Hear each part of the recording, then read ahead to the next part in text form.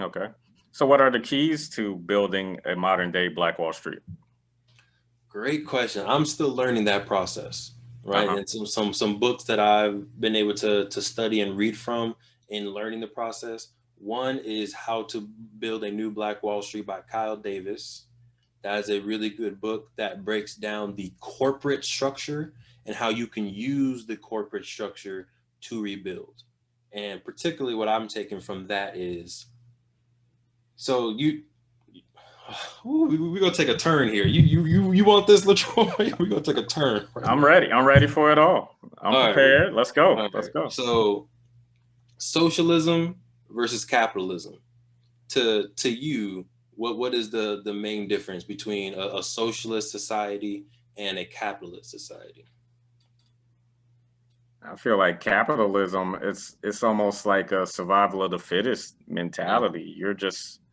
You're going for whatever, trying to reach the highest of heights, and you're using other people beneath you, so to speak, to get there, hmm you know? I would agree. And then socialist. Socialism, I feel like there's more of a you know, more of like a union. Everyone's kind of working together to hmm make ends meet. There's more unity and less divisiveness and monopolizing hmm of Well, everything. I completely agree, right? And I think some folks think these two cannot operate together. Right. But how I see the world is we live in America. America is capitalist. There's no point blank Hmm. about it. And I think for years we've been fighting against capitalism, which is understandable because we know it's inherently anti-black and it's inherently from its inception using the labor, the creativity, and the bodies of black people to create wealth. We know that. But I think it's going to be harder to dismantle capitalism than it is to figure out a way to turn capitalism into socialism. And I say that by saying Facebook, if you work for Facebook, you have housing, right? Because Facebook literally builds condos, they build apartments, and people that work there can live in their housing. If you Right. work for Facebook, you get food. If you work for Microsoft, you get food, right? If you work for these corporations, you have healthcare, you have a retirement plan, you have all of the basic needs are covered if you work for this corporation. What black corporate structures are doing that? And I know I know there are some, like you work for Black Enterprise. I'm sure they may have stuff like that. But instead of completely fighting capitalism, what I think we can do, especially reading the book on How to Build a New Black Wall Street by Kyle Davis, is use the corporate structure as a way to unify black intelligence, to unify our efforts, and then be able to give basic needs to our people, right? If there's a one black corporation for grocery stores all across, right? Let's take the Ralph's model, or even Vallarta, right? Vallarta's on and popping, at least out here in California for the Latino community. But if you take Ralph's, you take Amazon Fresh, whatever it is, you make that a black owned grocery store, and every single black city across the nation has that corporation. And then on top of that grocery store is housing. Everyone who works in that grocery store would get free housing, right? And then everyone who lives in that community would also be able to live in that housing structure as well.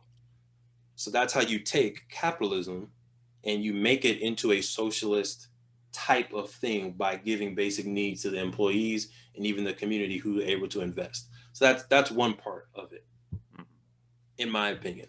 The second thing, if you read Powernomics by Claude Anderson, right, he starts talking about the different levels that need to happen.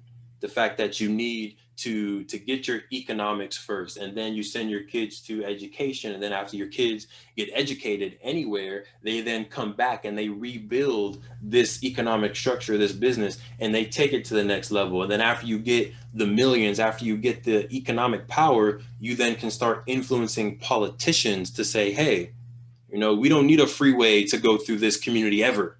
right? We don't need gentrification to come to this community ever. We need new roads. We need increased funding for our school systems. We need, sustainable kind of policies to make sure our air is fresh within our neighborhoods.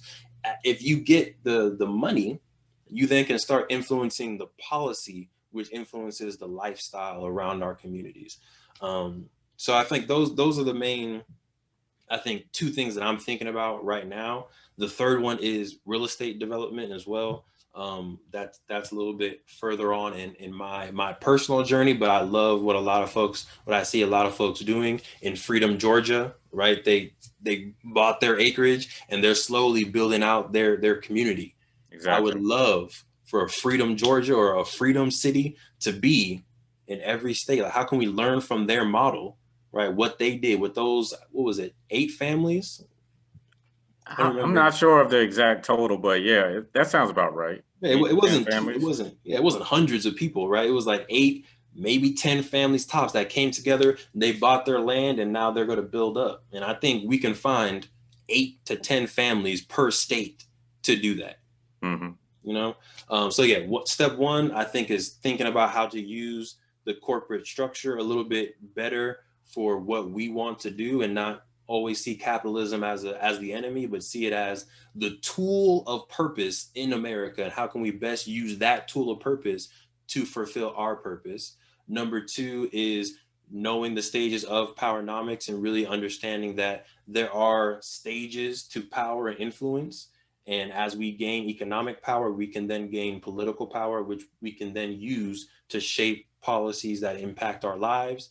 And then number 3 is buying the dirt, buying the land, and being able to develop those lands across the nation.